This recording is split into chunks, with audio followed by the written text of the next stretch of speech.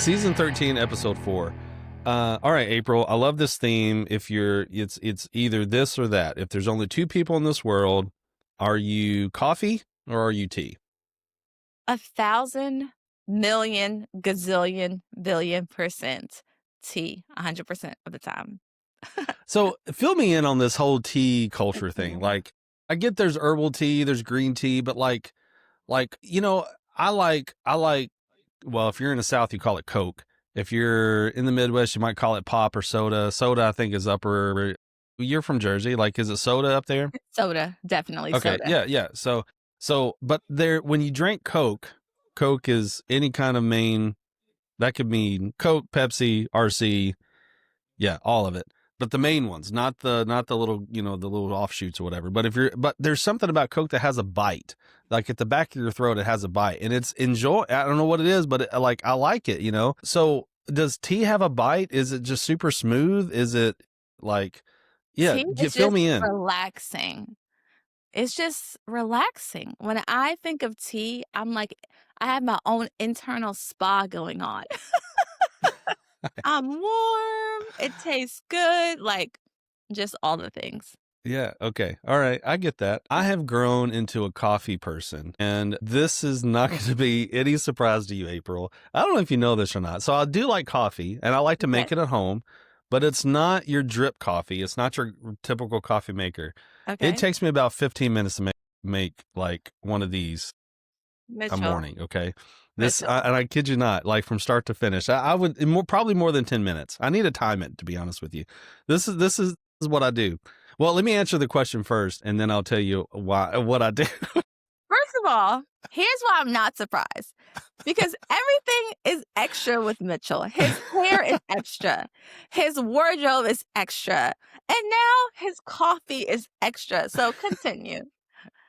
Continue, I'd, I'd, GQ. He's just I'd GQ. 80% disagree with that. Okay, Hmm. so but 80% because my coffee is pretty extra. All right, so I'm definitely a coffee person, but I like that bite. I have found that I'm a strong coffee person. I love strong coffee. And it's not even like strong, like it'll put your hair on your chest. It's not that. It's like it's flavorful. It's good. Like I like the big taste of it. What do you So put in your coffee? I'm curious. Why is this a whole hour-long process? it's not an hour. It's like 12 minutes. But Extra. so I like big taste in coffee, and some people will call it strong, but I really like good strong coffee. As far as what I put in it, it's not a lot. But this is my process of making coffee. I like whole grounds. I don't like pre-ground coffee. And I have a grinder that grinds my coffee beans into like one serving. So it's not like, I'm doing the whole bag. I just do it each serving. And I have a kettle that will make it, and it goes all the way to boiling, but I don't want it boiling. I want 150 degrees. If it's 150 degrees, it doesn't singe the coffee beans, and it doesn't burn the coffee beans. So 150 degrees. And then in my coffee cup, I'll put 2 cups, not 2 cups. I don't even know how big it is. It's like, I don't know, like a little scoop of hot chocolate mix. So that's my flavor along with the coffee flavor. And I'll put a couple things in that into one of these. And then I have a filter where you pour the coffee grounds in it, and then you pour the hot water over. It's called a pour over coffee is what it is. And I do that every morning almost. And it takes Extra. like probably 12 minutes from like in and out. So hey, I like what I like. Extra. What can I say? Extra, extra. I'm just, what I'm saying, grab the honey, grab the tea bag, pour the hot water. I don't care if it comes from a kettle. I don't care if I get hot water from warming it up in the microwave. Just give me some hot water. I'm So just hotter than what comes out of the faucet. yes, hotter Okay. than the faucet. I actually do have an electric tea or like a electric is it electric tea kettle, basically. Yeah. I do have one of those, but man, Mitchell, I'm learning more and more about the extraness of Mitchell. Speaking of extra, you may have some extra things added to your schedule this holiday season. Not as much as Mitchell and his whole hour-long coffee process, but you may have some other things added to your plate, and you are figuring out how in the world do I create margin, set boundaries, have a schedule, delegate. How do I actually enjoy this holiday season and not feel stress? How do I go at a slower pace but still keep my business going and still build momentum. And as we wrap up the series today, we want to encourage you in the middle of all of that, trying to figure all of that out. Take some time at the end of this year to stop and celebrate and Hmm. reflect. And I think we don't do that enough like during the holiday season. We're trying to manage all the things, figure out what's happening next year. But as you slow down, take some time to celebrate what happens. A lot of times at the end of the year, I'm guilty of it. People will think, "Man, what didn't I get done this year? What still needs to be done? How did I miss it?" And yes, we wanna reflect and think about how we can get better, but man, there are a lot of things you probably crushed it at this year, and you Hmm. need to take some time to just acknowledge that, give yourself flowers, give yourself a pat on the back, and celebrate the good things that you've done in your business this year. And I don't care if you think, "Man, my business didn't, do everything I wanted it to do." I'm sure you can find at least one thing where you can say, "You know what? I did a good job on that." So I want you to ask yourself a couple of questions. What are you proud of this year? What are you proud of? So Mitchell, I'm gonna ask you, Mitchell. You do a lot of things, Mitchell. We have We Dream Media, but you also are an incredibly talented filmmaker. If y'all didn't know, Mitchell is an incredibly talented filmmaker. He doesn't just do wedding videos, it's like actually wedding films that are phenomenal. Mitchell, what are you proud as you look back this year, what what can you say, "You know what? I did a good job." I would say we did a good job. So, okay, yes, wedding films, and I love it. What I love the most about it is shooting it and having an overall concept of what the finished product of the film would look like. Those are my favorite things. What I don't like so much is the editing aspect of it. But I've grown to like it. I've grown to love it in some ways. But what we also found out, the thing that I'm super proud of this past year, is my wife has turned into an excellent video editor. She has an overall concept and can get on board and add to the value of it. But she's definitely more of a processor. Like, so she will understand what the goal is and then she'll kind of fill in the blank where I kind of struggle at times filling in the blank. And so she's a very like right and left type duo that we have going on. And she's developed into a really good editor and is only getting better. And also she likes doing it. So that really works out. No, I love that. I love that. I think for me, I'm most proud of this year is that in the middle of my family moving, so I used to live in Kentucky, same state as Mitchell. I now live in Alabama. And in the middle of moving, I still was able to run my business, which is insane Mhm. because if Yeah. you've moved before, like, it's like not for the faint of heart. And one thing I've learned is that the proud moments and the progress isn't always loud. Like, it isn't always in the front. Like, we talk about celebrating and reflecting. Sometimes we celebrate things that other people can see, like, "Oh, man, you did that. That's awesome. Yes, let me celebrate with you." But sometimes what you're doing in the background can also be your biggest win, can also be something that you celebrate.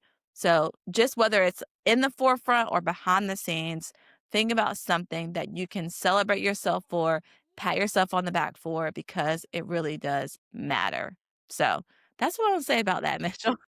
Yeah, that's great. I love it. And what a thing to do. I mean, like, the last time we moved from like 3 minutes away. The time before that, we moved 10 hours away. And moving from state to state is a giant, giant deal. Moving from a house from one side of the town to another is a giant, giant deal. But moving states is a whole different thing. And being able to do that while not losing your sanity, not like, losing everything because of all the stress and chaos and not being I mean, you've been a joy to work with even during that time. So like, wow, that was a big accomplishment. So great job. Thanks, thanks, thanks. And thank you for saying that I was a joy to work with because there were moments, let me just tell y'all, I was like, Mitchell, didn't really get that done, but I'm working on it. Like, you've been super extended, like so much grace during the transition. So let me just publicly say thank you so much for that. But in addition to like being proud of yourself and celebrating this reflection piece, I think it's so important to when you celebrate, you identify what worked. A lot of times we identify what didn't work because we want to improve, but if we never identify what actually worked, how can we repeat that or do more of that so our businesses can continue to grow? So it's like, all right, what I'm celebrating this. How did I actually how was I a rock star at this? What systems did I have in place? What strategy did I use? Because I want to repeat what worked well. So Mitchell, and you talked about your wife being an amazing editor.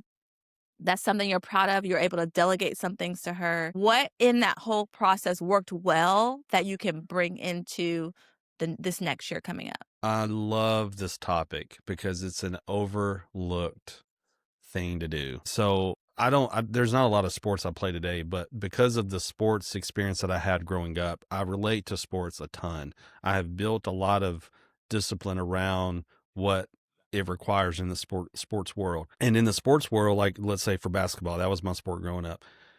You it's so it's really easy and just even outside of sports, but it's so easy to say, man, I suck today. Like this happened, that happened. And you start just, you know, cutting all these things that you just didn't do well. And I think in life, people just tend to do that anyways. It's so easy to think about all the things that you don't measure up for, and it's easy. Let me say this. Even if you're not wired, maybe you are super bubbly and you don't think it's easy to fall into that. And that's all you think about. So if nothing else, it's easy to sometimes to get into a state where it's nothing good. It's all this negative stuff. And maybe some of that stuff is good to cut. Sure, it is good to cut, but it's so important to stop and think about what positive things happened here that led to where I ended up being, because I ended up being at a good place. Maybe not where I wanted, but I was at a good place. What led up to that? And taking time to do that is I think about parenting. I think about when Emmett is doing something with his sisters, and maybe like with Eloise, with the youngest one, she's 1.5, Emmett's 8. And he did this killer big brother thing. I won't ever forget it. She went to fall and Emmett sacrificed his body, caught her head and fell and nestled Oh. her.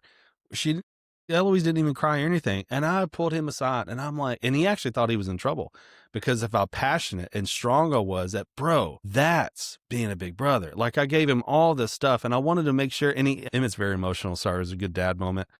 He got teary eyed because he was seeing how his love kind of like was acted upon, So anyways, it was a good moment. Say all that to say to take time and agree with you that you need to definitely take time to think about the things that were good that brought you to where. To answer your question, the process of Jennifer learning to edit, I would say a lot of communication. I would say showing her a previous film that I've done all by myself or a section where she did that was really, really good or something I want to repeat. Also throwing some YouTube videos and figuring out like, hey, what about if we tried something like this? Or what about we tried something like that? So I would say number one, communication, but two, like in the communicating, giving some realistic examples of how something could work and then making it our own. Yeah, no, I love that, and kudos to Emmett for being the big brother. That's special. I could just Yeah. envision that happening. Thank you for sharing with all of us so we can celebrate that with you. And I think about me, like the moving and like how am I still getting to run my business when there are a lot of moving parts in a move. There's a lot of moving parts in a move. I think the biggest thing I could identify that helped me was being honest with me. Right? So, like, the days when I could do all the things, but the days when I couldn't, it's Mhm. okay. Like, today, can't do all the things, thought I was get that done, didn't get that done, so let me relook at my schedule and figure out when I can do that. That was, like, a game changer because it helped me have peace, even though there are a lot of moving parts around me, I was able to still protect my peace, run my business from a healthy place because I was honest with myself. So I think as an entrepreneur, being honest with yourself daily about where you are, what you can handle, what you need to shift is a game changer, 1,000%. So good. So good. Yeah. So we're talking about just having this place of celebration at the end of the year. We talked about, man, celebrating what went great, identifying what went great so you can repeat it. All this, I feel like, Mitchell, affects your mindset of how you finish the year. How do you think, Mitchell, being in this place of celebrating, identifying what's good, what you want to repeat, how does that set you up to be in a good mindset going into the new year? Like, we want to go into the new year. Even though it's a busy season, we want to go into the new year from a place of gratitude. We want to go into the new year with strategic plans and all the things. How is celebrating, how does that affect someone's mindset when they're going into the new year, finishing a year that may be bringing a whole lot of pressure? Yeah, I love it. It definitely affects your mindset. You start off at a good place. You start off with a measured, calculated understanding what I did amazing and what I need to trim coming into this new year. It's motivating. Like if we both been in situations and environments where the atmosphere was right. The atmosphere, the collective unity of the room, whether it's a team, whether whatever it is, and it's motivating to move. It motivates you to move.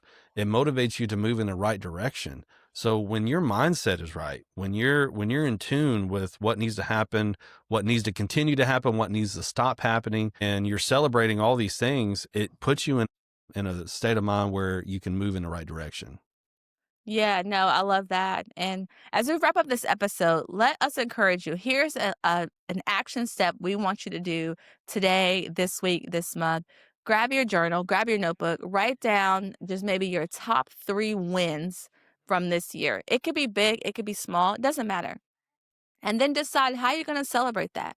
Identify what went right. So that way, when you do your plan for 26, which by the way, you should be working on your plan for 26 right now.